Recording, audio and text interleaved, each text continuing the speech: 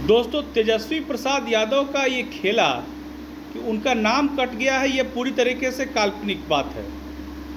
और जो भी बात अगर पूरे सेंटर में चल रही है तो ये कोई बिहार में नहीं हुआ है। जो एसआईआर का जो सर्वे है वो केवल बिहार में नहीं हुआ है, आने वाले दिनों में हर स्टेट में होगा। क्योंकि बांग्लादेशी और जो रोहिंग्या का समस्या है वो केवल बिहार में समस्या नहीं है, पूरे देश में समस्या है। और जब ये इन्हीं लोगों से बात होती है कि सीए और एनआरसी जैसे मुद्दों पर राष्ट्रीय हित में आप इस पर साथ दीजिए, तो ये लोग बेतुकी राजनीति करते हैं। दूध का दूध और पानी का पानी चुनाव आयोग ने और प्रशासन ने और बिहार भाजपा और जदयू के नेताओं ने और मंत्रियों ने कर दिया है। तो इस पर ज़्यादा बोलना सही बात नहीं है। अपने बात को बोल करके अपनी बातों को ही घिसी पिटी शब्दों में बेइज्जत कराना सही बात नहीं है। इसलिए इस पर ज़्यादा कुछ तवज्जो देने वाली स्थिति नहीं है।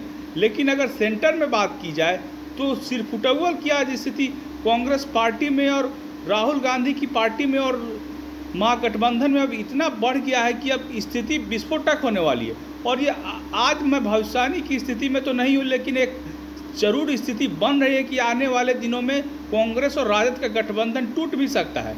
और इसका सबसे बड़ा कारण बनेंगे मुकेश सहनी।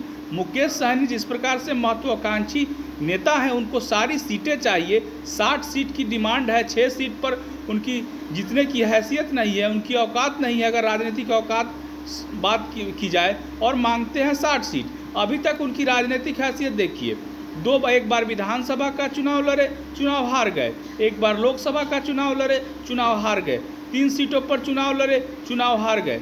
एनडीए की 11 सीट जो भाजपा की मजबूत सीटें थी, जीती हुई सीटें थी, उन सीटों को जब दिया गया तो उसमें 4 सीटें ही निकाल पाएँ।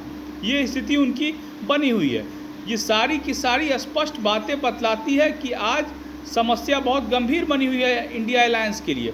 और इंडिया अलायंस में जो नेता आज काम करते हैं, जिस प्रकार की उनकी स्थिति है, सभी एक दूसरे की जड़ें काटने में, बाहें काटने में लगे हुए रहते हैं। किसी को कोई पसंद नहीं करता है, मजबूरी का गठबंधन है। और दूसरी ओर नरेंद्र मोदी के एक नेतृत्व में इच्छा शक्ति है, नरेंद्र मोदी के लीडरशिप में सभी का विश्वास है। वो जानते हैं कि नरेंद्र मोदी ही वो करिश्मा कर सकते हैं और जिताने का मादा रखते हैं। जो इंडिया अलायंस का जो आज हश्र हुआ है, उसका एकमात्र अगर कोई हारण है तो वो नरेंद्र मोदी है। और इस स्थिति को देखिए तो सभी कोई, अगर कैबिनेट की मीटिंग से लेकर कि कोई रैली हो या कोई कहीं भी विश्व स्तर पर की बात की जाए, तो चाहे वो अमेरिका के प्रेसिडेंट हो या कोई हो, हर कोई मोदी को सुनना चाहता है। मोदी की बातों में विजन, लीडरशिप दिखाई देता है और हर प्रकार से उसकी बातों में उनकी लीडरशिप दिखाई देता है। यही कारण है कि नरेंद्र मोदी में आज उनकी रेटिंग अगर 74% जाती है तो वो व्लादिमीर पुतिन और डोनाल्ड ट्रंप से भी आगे स्थिति में है।